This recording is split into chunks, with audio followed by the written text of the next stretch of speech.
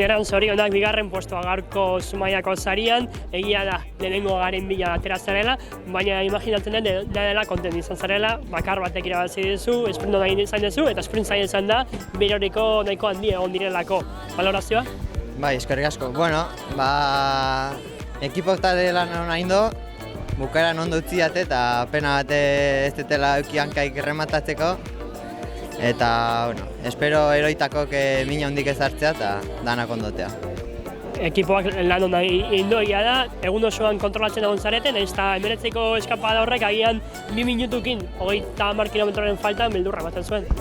Bai, bueno, 2 korredore genduzken, baina alar erabaki dugu esprinen iristea nahiago genula.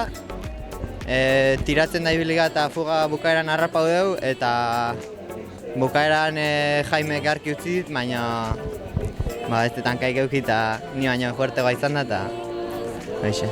Abiadurako txorrenduari azeala demostratzen zu urtez, Euskal Herrian aukera gutxi badare, baina egoten dira horrelako aukerak. Bai, egoten die, gutxi oteie eta darenak ondo aprobetxau barra ere. Eta bueno, aurten kanpon pixka korrituko dugu eta aukera gehiago azkeun. Zorionak. Eskerrik asko.